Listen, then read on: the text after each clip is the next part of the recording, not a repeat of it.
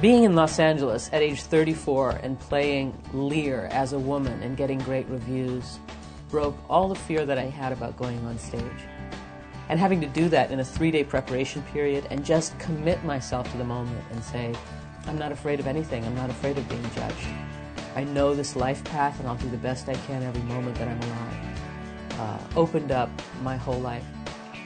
I got into acting in high school. My teacher, John Hill, did some animal improvisations with me, and I played a Black Panther and knew that I was hooked for life. There's a kind of an animal aliveness to a Black Panther. I was playing Claire Zachanassian, who's the richest woman in the world, in a play called The Visit. And I was just rolling around the stage, kind of getting my limbs into that cat-like movement. And I thought, oh, to be in my body and to be speaking at the same time, that's fantastic. I was playing the fool in the first all-female production that I did of Shakespeare.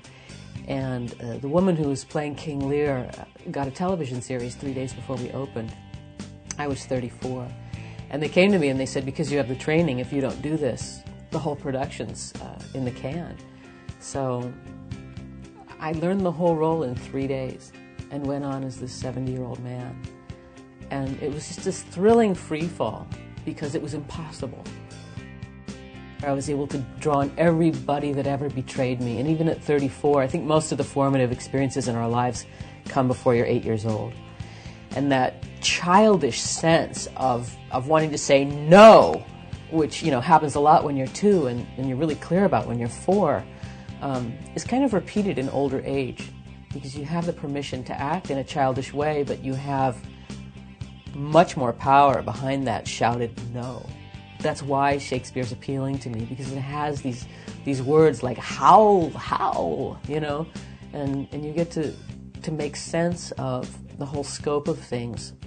Whereas an individual in America, it's very hard to have that kind of voice. The next year I started the LA Women's Shakespeare Company, and I step into the role I'm playing, be it Hamlet or Richard III, very late in the game. I rehearse very little, I know exactly what I want from myself, and I don't spend any time being insecure about my time. It's the huge roles that really stretch you and surprise you, because you can't control them. It's like surfing. You just have to get out on the edge there and trust.